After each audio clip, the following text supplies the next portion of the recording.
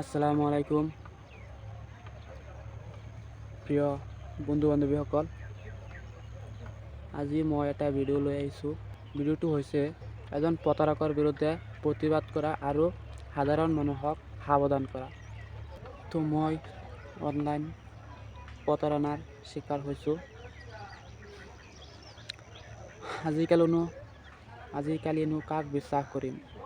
যাকে বিশ্বাস কৰি সাৱটি ধৰোঁ তেওঁৱেই পিছফালৰ পৰা ছুৰী মাৰি দিয়ে। বিশ্বাস কৰাৰ নিচিনা মানুহ আজি নাই। বিশ্বাস আজি কাক কৰিম? বিশ্বাস কৰিব পৰা মানুহ নাই। মই আজি আপোনাৰ 6 বছৰ ধৰি স্মাৰ্টফোন ইউজ কৰি আছোঁ আৰু 5 বছৰৰ পৰাই মই এজন মানুহক ভালকৈ চিনো, ভালকৈ জানো আৰু বহুত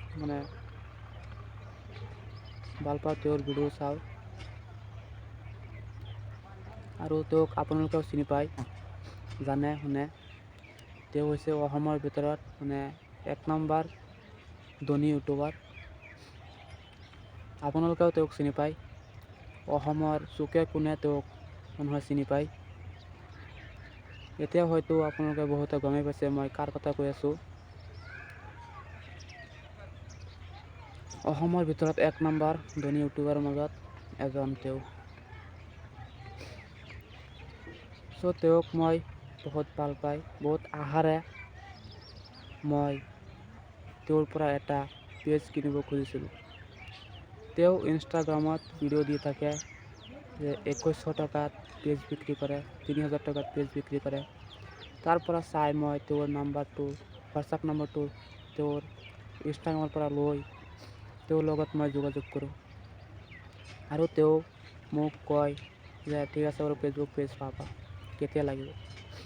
তাৰপিছত মই তেওঁৰ লগত যোগাযোগ কৰি কণ্টেক্ট কৰি ফেচবুক পেজ কিনিবলৈ আগ্ৰহী হওঁ আৰু তেওঁ মোক এটা স্কেনাৰ দিয়ে আৰু কয় যে এই স্কেনাৰটোত তোমাৰ 2100 টকা হয়, 100 টকা কমকৈ 2000 টকা দি স্ক্ৰীনশ্বট এটা দিয়া। তাৰপিছত মই 2000 টকা দি স্ক্ৰীনশ্বটটো তেওঁক পঠাই দিলোঁ। পঠাই দিয়াৰ পিছত মই যিটো নম্বৰেৰে টকা পঠাইছিলোঁ আৰু তেওঁ কৈছিলে যে Facebook page bank account setup কৰিলে তোমাৰ একাউণ্ট লাগিব আৰু মোবাইল নম্বৰটো লাগিব। সেইখিনিও তেওঁক দি দিছিলোঁ। তাৰপিছত যি মোবাইল নম্বৰটো মই দিছিলোঁ সেই নাম্বাৰটো দি পিনে সেই নাম্বাৰতে এটা ইউজাৰ আই ডি বনাইছে। সেইটো নাম্বাৰটো বোলে ইউজাৰ আই ডি, সেইটো দিছে আৰু কি ভুলভাল এটা পাছৱাৰ্ড বনাই দিছে। দি পিনে কৈ আছে এইটো তোমাৰ ইউজাৰ আই ডি আৰু পাছৱাৰ্ড, এইটো দি পিনে লগ ইন কৰা। তাৰপিছত মোৰ অলপ সন্দেহ সোমাই গ'ল। এই ইউজাৰ আই ডি আৰু পাছৱাৰ্ড দিটো ফেচবুক পেজ লগ ইন নহয়। এনেকৈতো ফেচবুক পেজ কাৰোবাৰ ক্ৰয় কৰিব পৰা নাযায় বা কোনোবাই তেওঁক দিব পৰা নোৱাৰে, কোনেও কাক দিব নোৱাৰে এনেকৈ। তাৰপিছত মই ক'লোঁ যে দাদা মইতো নোৱাৰোঁ, আপুনি যদি এটা ভিডিঅ' দিয়ে তেতিয়াহ'লে চাই হেৰি কৰিব পাৰিম। তাৰপিছত তেওঁ এটা ভিডিঅ' দিলে আৰু সেই ভিডিঅ'টোত মই স্পষ্টভাৱে দেখা পালোঁ যে সেইটো কোনো ফেচবুক পেজ লগ ইন কৰাৰ ভিডিঅ' নহয়।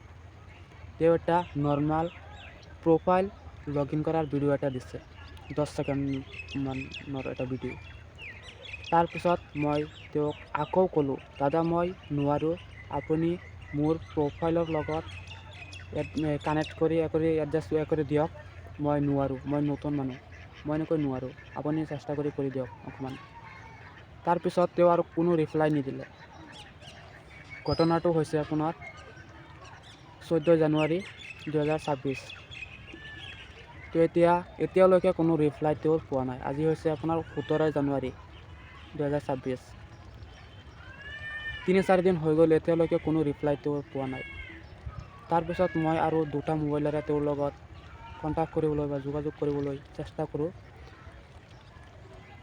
কিন্তু সেইকেইটা মোবাইলতো তেওঁ পিছত আৰু ৰিপ্লাই নিদিয়ে। তেওঁ আৰু 2টা মোবাইলেৰে মই কৈছোঁ যে দাদা মোৰ এটা পেজ লাগে, বেলেগ মানুহ দি কোৱাৰ পিছত তাতো তেওঁ কিবা কিবিকৈ গম পাই গৈছে। গম পাই যোৱাৰ পিছত সেইটোতো আৰু ৰিপ্লাই নিদিয়ে, কল কৰিলে কল নধৰে, এনেকুৱা এটা পৰিৱেশ হৈ গৈছে।